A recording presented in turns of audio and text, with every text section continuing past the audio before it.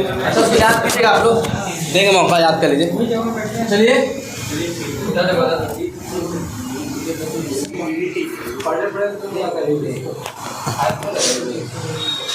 Pen का।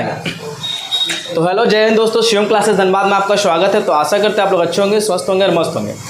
तो जैसा कि अभी आप लोगों को पता है, ये वीडियो बहुत ही इंपॉर्टेंट रहने वाला है, जैसा कि आप लोगों ने थंबनेल देखा होगा। तो ये वीडियो आज रहने वाला पूरी तरह से डेडिकेशन, और बहुत सारे एक स्टूडेंट थे उनका भी कहना था, और आप लोग भी ध्यान दीजिएगा, ठीक है। आप एक मिसकंसेप्ट था, मिसकंसेप्ट क्या बोलेंगे, एक बहुत अच्छे टीचर हैं, ठीक है, उनके द्वारा थ्योरी ऑफ पाथ पढ़ाया गया, ठीक है। सुनने में थोड़ा हंसी लगेगा, थ्योरी ऑफ पाथ, वो साइंस में पढ़ाते हैं थ्योरी ऑफ पाथ, और उनके द्वारा बनाया गया है। साइंस में ऐसा कोई टॉपिक नहीं, लेकिन वो समझाने के लिए बच्चों को। तो बहुत बड़े टीचर, बहुत अच्छे टीचर, उनका सम्मान करते हैं, बहुत अच्छा पढ़ाते हैं, उनका भी मैं क्लास भी देखता हूँ। लेकिन कभी कभी क्या होता है ना, कुछ चीज़ें बहुत अच्छे लोगों से उम्मीद करते हैं, लेकिन वो कभी कभी हो नहीं पाता, ठीक है। तो एक छोटा सा मिस्टेक था, उसी के बारे में बताने वाला हूँ, ठीक है। बहुत सारे लोग उनसे पढ़ते होंगे, तो उनके लिए भी है, ठीक है। बहुत सारे लोगों को इस वीडियो के बाद समझ में आएगा चीज़ें कैसे क्या होती हैं, क्योंकि देखो आप जहाँ पे पढ़ रहे हो बहुत विश्वास के साथ पढ़ते हो, जो कुछ भी बोलते हैं आप उसको सच मानते हो। तो जो पढ़ा रहा है उसका दायित्व बनता है कि मिसलीड ना हो। हाँ, आपको जो चीज़ नहीं जानकारी है, या जो चीज़ जानकारी बहुत तरीके से रिप्रेजेंट करो। अगर कुछ लग रहा है कि नहीं मिसकंसेप्ट हो, तो उसको फ्लो में पार नहीं करना है, वहाँ बोल देना कि इस क्लास को मैं बाद में बताऊंगा, यहाँ ऐसे ऐसे, ठीक है। तो उसके ऊपर है थ्योरी ऑफ पाथ। मैंने क्यों लिखा अभी तक आप लोग जान चुके होंगे, ये वीडियो भी देख लिया होगा बहुत सारे 12 मिनट का। तो बताता हूँ, ये जो टीचर थे बहुत अच्छे टीचर हैं, ये रिस्पेक्टिव टीचर हैं, इनके बारे में बताऊँ। ये एक वीडियो लेकर के आए कि संपूर्ण केमिकल रिएक्शन, रासायनिक अभिक्रिया, एक ही वीडियो में, ठीक है। तो ये क्लास 10 का टॉपिक है केमिकल रिएक्शन, जो कि लगभग अगर देखा जाए तो 4 से 5 क्लासों में खत्म होता है। उन्होंने थंबनेल में लगाया संपूर्ण वीडियो, ठीक है, अपने थंबनेल में उन्होंने लगाया है। मैं क्यों, देखो मेरी किसी से ना दुश्मनी है ना किसी के ऊपर कुछ। मैं जब साइंस में भी पढ़ा रहा हूँ 5 सालों से लगभग एनसीईआरटी, ठीक है, तो मुझे लगा एक ही वीडियो में संपूर्ण रिएक्शन, ठीक है। तो रिएक्शन तो उन्होंने नहीं बताया, बस थ्योरी ऑफ पाथ पर उनका पूरा फोकस रहा वीडियो में। बहुत सारे लोग जिनका कॉन्सेप्ट अच्छा नहीं होगा, जिनका कॉन्सेप्ट उनको बहुत अच्छा लगा, लेकिन जो कॉन्सेप्चुअल तरीके से पढ़े उनको थोड़ा सा इनमें डाउट हो रहा होगा। उनमें इन्होंने बोला ना कि साइंस का ये क्लास आपको देखना चाहिए एक ही वीडियो में संपूर्ण रिएक्शन। तो मैं इसे संतुष्ट नहीं हूँ कि संपूर्ण रिएक्शन अगर पढ़ाया जाए ना, तो लगभग मैं बोलता हूँ 5 से 6 पीरियड उसके लिए लगेगा, ठीक है, जो एनसीईआरटी भी बोलता है, ठीक है। तो अब खासकर एनटीपीसी के लिए आपको रेलवे, रीजनिंग, मैथ और सामान्य ज्ञान, ये ज्ञान की आपकी बुक दिख रही है। ये तीनों बुक से आपका चैप्टर वाइज, टाइप वाइज की तैयारी हो जाएगी। और साथ ही साथ अगर आपको जस्ट एनटीपीसी के लिए स्पेशल बुक चाहिए, तो आप एनटीपीसी CVT 1 की 2 बुक होगी, और ये 27+ होगी, जिससे आपको फैक्ट्स जो बहुत ज़्यादा पूछे जाते हैं रेलवे में, वो आपको इससे कवर हो जाएगा। उसमें क्या पढ़ाया लोग थ्योरी ऑफ पाथ में, रिएक्शन का तो नहीं बताया, क्योंकि केमिकल रिएक्शन की बात करें तो केमिकल रिएक्शन में टाइप्स ऑफ रिएक्शन आते हैं। कौन कौन से रिएक्शन आते हैं, combination reaction, decomposition reaction, displacement reaction, double displacement हो गया, रेडॉक्स हो गया, रिडॉक्स हो गया, टोटल ऑक्सीडेशन रिडक्शन, फिर उसके बाद रिडॉक्स रिएक्शन है। तो इन्होंने इस रिएक्शन के बारे में तो बताया नहीं है, हिंदी में बता दो, क्रिया हो गया, ठीक है, फिर आपका विघटन अभिक्रिया हो गया, फिर आपका दोहरा विस्थापन हो गया, ठीक है, ये सब रिएक्शन, फिर आपका उपचयन, अपचयन, फिर रेडॉक्स, ये सब अभिक्रिया आता। तो ये सब उन्होंने लगभग पढ़ाया नहीं, और थ्योरी ऑफ पाथ पे फोकस किया। मुझे बस एक चीज़ सर से पूछना है, जैसे सर ने बोला कि कोई भी अगर मान लो रिएक्शन में कोई भी, जैसे ये केमिकल है कैल्शियम कार्बोनेट, जिसको लाइमस्टोन के नाम से जानते हैं, चूना पत्थर बोलते हैं, इसको अगर गर्म करेंगे तो कौन सा गैस निकलेगा। उन्होंने बताया कि देख लो इसको कैसे याद करना। तो उन्होंने बोला कि जो चीज़ खाओगे वही तो पादोगे। उन्होंने ये सीधा बोला बात पे, ठीक है। जाहिर सी बात है, अगर बोला पनीर खाइएगा तो पनीर का स्मेल आपको आएगा, दूध खाइएगा तो दूध का स्मेल आएगा। तो अब देखो कहाँ तक ये लागू होता है। तो बोला कैल्शियम कार्बोनेट को जब गर्म करेंगे तो एग्जाम में आता ही है कि कौन सा गैस इसमें निकलेगा। तो उन्होंने ऑप्शन दिया 1 2 3 4 5 6 ऑप्शन उन्होंने दिया। तो कौन सा निकलेगा, देखो Cl2 निकलेगा क्या, क्लोरीन तो है नहीं इसमें, चलो नहीं है, ऑक्सीजन है निकल सकता है, कार्बन डाइऑक्साइड है ये भी निकल सकता है इसमें, कार्बन मोनोऑक्साइड C भी है O भी है ये भी निकल सकता है। कौन कौन नहीं, NO तो है नहीं, तो ये गैस निकलेगा कभी भी, इसको गर्म करेंगे तो नहीं निकलेगा। सल्फर डाइऑक्साइड निकलेगा, बोलिए आप लोग, कभी नहीं निकलेगा, क्योंकि सल्फर है ही नहीं। अब रहा बात कौन कौन निकल सकता है, कार्बन डाइऑक्साइड निकल सकता है, कार्बन मोनोऑक्साइड और ऑक्सीजन। उन्होंने बोल दिया कि देखो कैल्शियम कार्बोनेट को गर्म करेंगे, क्यों पहले बताएं कि कैल्शियम कार्बोनेट को गर्म करेंगे तो यहाँ पर कार्बन डाइऑक्साइड गैस निकलेगा, और भी प्रोडक्ट निकलेगा, लेकिन उन्होंने बोला कैल्शियम कार्बन डाइऑक्साइड गैस निकलेगा। और उन्होंने बोला कि ये क्यों नहीं निकलेगा, मेरा सवाल है ये क्यों नहीं निकल सकता, ठीक है। तो उन्होंने बोला कि कार्बन मोनोऑक्साइड जो है ना, गाड़ियों से निकलने वाला जहरीला धुआं होता है, जो इससे एकदम नहीं निकल सकता है। तो मैं इस बात से संतुष्ट नहीं हूँ, क्योंकि कार्बन मोनोऑक्साइड और कार्बन डाइऑक्साइड में ज़्यादा अंतर नहीं है। देखो क्या होता है, जब आप कार्बन को यही कार्बन है, ठीक है। जब आप कार्बन कार्बन का मतलब क्या, ईंधन, कोई भी फ्यूल, कोयला हो गया, कोयला में भी कार्बन होता है, पेट्रोल में भी कार्बन होता है, जितने भी आपका ईंधन वाले हैं, लकड़ी में भी कार्बन होता है। तो कार्बन को जब आप पूरी तरह से ऑक्सीजन जब पूरी तरह से दोगे, है ना, कंप्लीट ऑक्सीजन के प्रेजेंस में कार्बन को पूरी तरह से जलाओगे, पूरी तरह से कार्बन को जलाओगे ना, तो कौन सा गैस निकलता है आपका, कार्बन डाइऑक्साइड गैस निकलता है। यही कार्बन को आप ऑक्सीजन के प्रेजेंस में पूरी तरह से नहीं, मतलब ऑक्सीजन का सप्लाई पूरी तरह से मिलेगा, नहीं मिलेगा, अपूर्ण ऑक्सीजन मिलेगा। पूरी तरह से ऑक्सीजन अपूर्ण दहन, मतलब ऑक्सीजन पूरी तरह से इसको सप्लाई नहीं देंगे, कार्बन को जलाएंगे तब जाकर कौन सा गैस निकलता है, कार्बन मोनोऑक्साइड गैस। तो यही चीज़ गाड़ियों में होता है। गाड़ी में क्या है, ईंधन के रूप में पेट्रोल डीजल लेते होंगे।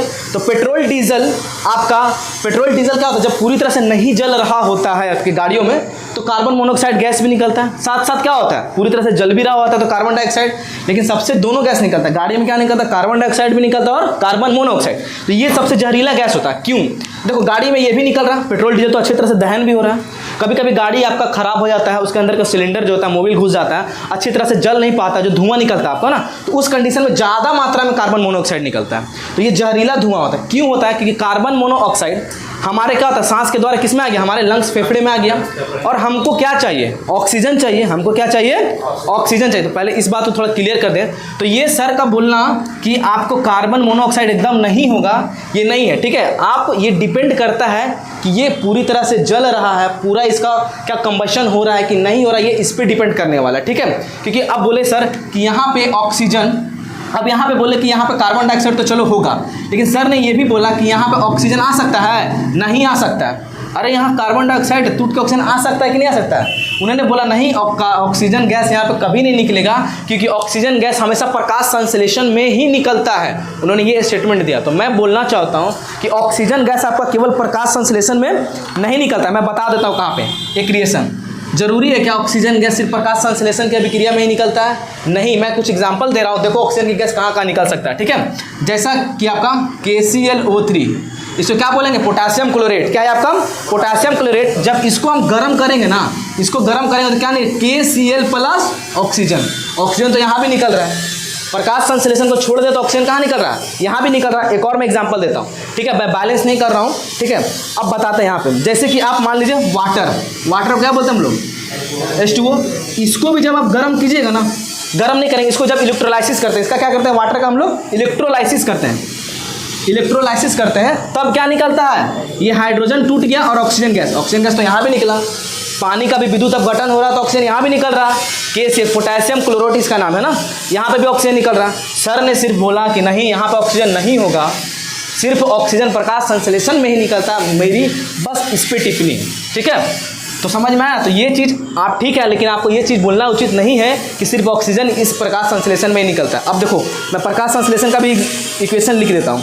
प्रकाश संश्लेषण में क्या होता है, प्रकाश संश्लेषण में ऑक्सीजन, प्रकाश संश्लेषण पौधे क्या लेते हैं, कार्बन डाइऑक्साइड लेते हैं, और क्या लेते हैं आपका जमीन के अंदर से जल, क्या मिलके बनता है, C6H12O6, और क्या निकलता है आपका ऑक्सीजन, और प्लस वाटर भी रिलीज होता है। क्या होता है, ऑक्सीजन प्लस वाटर भी आपका रिलीज होता है। तो देखो प्रकाश संश्लेषण में भी ऑक्सीजन निकलता है, लेकिन इसके अलावा ऑक्सीजन किस किस में निकलता है आपका, पोटेशियम क्लोराइड, अलग अदर केमिकल्स को भी हम गर्म करेंगे, चाहे उसका इलेक्ट्रोलाइसिस करेंगे, तो उस केस में भी निकलता है। तो बस मेरा यहाँ पे कहना था। तो देखो वीडियो बनाने का मकसद यही था कि जब पढ़ रहे हो आप केमिकल रिएक्शन तो ढंग से प्रॉपर चीज़ों को पढ़ो। और 13 मिनट में केमिकल रिएक्शन हो जाने वाला पॉसिबल नहीं है, क्योंकि जब इसके बारे में पढ़ो तो टाइप ऑफ केमिकल रिएक्शन आते हैं। केमिकल रिएक्शन में बताया जाता है क्या क्या होता है केमिकल रिएक्शन के दौरान, ठीक है। केमिकल रिएक्शन में गैस का विकास होता है, नए पदार्थ का निर्माण होता है, अपक्षेप बनता है, तो ये सब भी चीज़ें होता है। तो 13 मिनट में वो पूरा केमिकल रिएक्शन पढ़ाया नहीं जा सकता है, ठीक है। अब मैं बता देता हूँ आप लोग को टेलीग्राम पे केमिकल रिएक्शन का, देखो ये मेरे द्वारा बनाया गया पूरा PDF है, बहुत बेहतर ढंग से NCERT और CBSE को कंबाइंड करके बताया गया है, ठीक है। ये देखो केमिकल रिएक्शन आपको दिख रहा होगा बोर्ड पे, विजुअल है ना। देखिए केमिकल रिएक्शन में क्या क्या पढ़ना है आपको, केमिकल रिएक्शन में क्या क्या पढ़ना है आपको, कैरेक्टरिस्टिक ऑफ केमिकल रिएक्शन, है ना। केमिकल रिएक्शन के दौरान विशेषता क्या क्या चेंजेस देखने को मिलता है, चेंज इन स्टेट में परिवर्तन, इवोल्यूशन ऑफ गैस का विकास, फॉर्मेशन ऑफ प्रेसिपिएट, अवक्षेप का निष्कासन, चेंज इन टेम्परेचर में बदलाव, चेंज इन कलर में बदलाव। तो ये सब आपको बोलना चाहिए। आप जो थंबनेल लगा वो चीज़ तो पढ़ाओ कम से कम। फिर केमिकल रिएक्शन कितने टाइप्स के होते हैं, word equation, symbol equation, unbalance equation, ये सब। फिर मेन जो केमिकल इक्वेशन का आता है जो हमारे एग्जाम में ज़्यादातर पूछा जाता है, देखो ये पूरा केमिकल रिएक्शन का अगर बोला जाए डिटेल ढंग में, टाइप ऑफ केमिकल रिएक्शन, ये पूरा इसका हॉट बोलेंगे। कॉम्बिनेशन रिएक्शन, ठीक है, संयुक्त रिएक्शन इसको क्या बोलते हैं आप हिंदी में को याद नहीं आ रहा। फिर यहाँ पे देखो कॉम्बिनेशन रिएक्शन हो गया, फिर इसके बाद क्या है, दूसरा आपका डिकम्पोजिशन रिएक्शन हो गया। इसके देखो इतने एग्जाम्पल्स हैं, ठीक है। फिर फोटो डिकम्पोजिशन हो गया, बहुत सारा हो गया। फिर उसके बाद क्या है रिएक्शन आपका, डिस्प्लेसमेंट विस्थापन अभिक्रिया बोलते हैं, जिसमें एक अभिक्रियाशील धातु अपने से कमजोर को विस्थापित करके उसका जगह ले लेता है। फिर डबल डिस्प्लेसमेंट, उसका कितना कितना एग्जाम्पल आएगा क्लास में, ये है सारा चीज़ आपको। फिर आपको बता देते हैं यहाँ पे। फिर आता है ऑक्सीडेशन रिएक्शन, ठीक है, ऑक्सीडेशन, फिर रिडक्शन। फिर दोनों जो होता है रिएक्शन तो क्या बोलते हैं, क्या बोलते हैं हम लोग, रिडॉक्स। क्या बोलते हैं, रिडॉक्स रिएक्शन भी। तो ये हुआ पूरा केमिकल, तो ये पूरा थ्योरी है, ठीक है। तो एक क्लास आपको इसके ऊपर लाऊंगा, पूरा डिटेल ढंग में बता दूंगा केमिकल रिएक्शन क्या क्या है, कैसे है, उसके ऊपर है। तो ये चीज़ आप लोग ध्यान में देना है। टाइम देखिए तो कितना हुआ, थोड़ा सा मैं आपको केमिकल रिएक्शन है ना, इसको पूरा डिटेल ढंग में एक शॉर्ट वीडियो बनाऊंगा, कम से कम आधे घंटे का रहेगा। उसमें टाइप ऑफ केमिकल रिएक्शन में पूरी तरह से पढ़ा देने वाला हूँ। तो ये चीज़ है आपको कि देखो चीज़ें साइंस में रट के कंप्लीट आपका नहीं हो सकता, कंसेप्ट तरीके से पढ़ना होगा, ठीक है। क्योंकि साइंस में आप जो चीज़ बता रहे जरूरी है कि वो, क्योंकि बहुत साइंस में बहुत चीज़ों का अपवाद भी है, ठीक है। जैसे कि सभी धातु क्या होते हैं, सभी धातु समान रूप में ठोस अवस्था में होते हैं, लेकिन कुछ एक्सेप्शन भी है, सोडियम और पोटेशियम, है ना, वो चाकू से भी काटा जा सकता है। तो कोई चीज़ के बारे में बोल देना कि प्रकाश संश्लेषण से ऑक्सीजन निकलेगा, यहाँ नहीं निकलेगा, तो ये पॉसिबल नहीं है, बहुत सारे ऐसा है। फिर हाइड्रोजन पर ऑक्साइड को भी जब हम लोग गर्म करते हैं तो क्या निकलता है, ऑक्सीजन, वहाँ भी इवोल्यूशन होता है, समझ में आया। तो ये भी ध्यान आपको देना है, ठीक है। तो देखो यहाँ पे सिंपली क्या होगा, यहाँ पे कैल्शियम कार्बोनेट को जब गर्म करेंगे तो कैल्शियम ऑक्साइड निकलेगा plus carbon dioxide gas release होगा, ठीक है। सर ने पढ़ाया सही, लेकिन ये सर ने बोला कि ऑक्सीजन यहाँ नहीं ही निकलेगा, सिर्फ यहाँ से निकलता है, बस उस पर मेरा टिप्पणी है, ठीक है। तो बताना है आप लोगों को, समझ में आया। तो कार्बन जब पूरी तरह से ऑक्सीजन के प्रेजेंस में नहीं जलता है तो कार्बन डाइऑक्साइड क्या पूरी तरह से जब जलता है ना कार्बन ऑक्सीजन के प्रेजेंस में, तो कौन सा गैस निकलेगा, कार्बन डाइऑक्साइड। लेकिन कार्बन का जब दहन पूरी तरह से नहीं होता ऑक्सीजन के प्रेजेंस, तो कौन सा गैस निकलता है, कार्बन मोनोऑक्साइड। जैसे एग्जांपल, अच्छा कार्बन मोनोऑक्साइड बहुत जहरीला गैस है। क्यों जहरीला गैस है भाई कार्बन मोनोऑक्साइड? तो देखो आप जब सांस ले रहे हो तो हम ऑक्सीजन लेते हैं, हम लोग वायु ले रहे हैं, वायु में ऑक्सीजन भी है, कार्बन डाइऑक्साइड, कार्बन मोनोऑक्साइड भी है। अब क्या होता है ना, जैसे कि मान लो कहीं पे कोयला जल रहा है, कोयला जब पूरी तरीके से जलता है तो उसमें कार्बन डाइऑक्साइड भी निकलता है और कार्बन मोनोऑक्साइड। लेकिन कभी कभी देखते हो कोयला जब पूरी अच्छी तरीके से नहीं जलता तो अजीब सा स्मेल आता है कि नहीं, लगता है ना कि दम घुटा देने वाला है। तो वो कोयला जब पूरी तरह से नहीं जल रहा होता तो उस समय ज़्यादा मात्रा में कौन सा गैस निकलता है, कार्बन मोनोऑक्साइड। अब क्या होता है, वो कार्बन मोनोऑक्साइड आपके सांस के थ्रू, नाक के थ्रू कहाँ गया, लंग्स में गया। लंग्स में गया, हमारे बॉडी को क्या जरूरत है, ऑक्सीजन का। अब ऑक्सीजन को कौन लेगा, तो हमारे शरीर के अंदर क्या है, RBC रेड ब्लड सेल है। रेड ब्लड सेल के अंदर क्या पाया जाता है, हीमोग्लोबिन। हीमोग्लोबिन क्या करता है, ऑक्सीजन को कैरी करता है। लेकिन हीमोग्लोबिन को क्या करता है, हमारे शरीर के अंदर जो ऑक्सीजन है ना उसको क्या करेगा, लंग्स के अंदर ऑक्सीजन उसको क्या करेगा, कैरी करके ले जाएगा और पूरे शरीर में ऑक्सीजन का सप्लाई करेगा, तभी तो हमको एनर्जी मिलेगा। लेकिन यहाँ पे हीमोग्लोबिन का एक बदमाशी होता है, हीमोग्लोबिन ऑक्सीजन को ना देख करके कार्बन मोनोऑक्साइड को देख करके तुरंत एक्टिव होता है, उसको जल्दी जल्दी अवशोषित करने लगता है। समझ में आ रहा है, ऑक्सीजन को कम ले जाएगा और किसको ज्यादा ले जाने लगेगा, कार्बन मोनोऑक्साइड। बस कार्बन मोनोऑक्साइड के साथ ऐसा होता है। तो आपके शरीर के अंदर ऑक्सीजन का कमी ना हो गया, आपके शरीर के अंदर क्या कौन सा गैस भर जाने वाला है, कार्बन मोनोऑक्साइड। अब शरीर में आपका ऑक्सीजन का कमी होने लगा, आपको क्या लगेगा, चक्कर आने लगेगा, चेतना भ्रम, नहीं देखते हैं ऐसा, इसको बोलते हैं स्वीट पॉइजन। धीरे धीरे आपका शरीर में ऑक्सीजन का कमी हो जाएगा, कार्बन मोनोऑक्साइड भर जाएगा। कार्बन मोनोऑक्साइड आपके शरीर के अंदर प्रोटीन से मिलकर रिएक्शन करके क्या विषैला पदार्थ का निर्माण कर देगा और आपका धीरे धीरे मृत्यु हो जाएगा, पता भी नहीं चलेगा।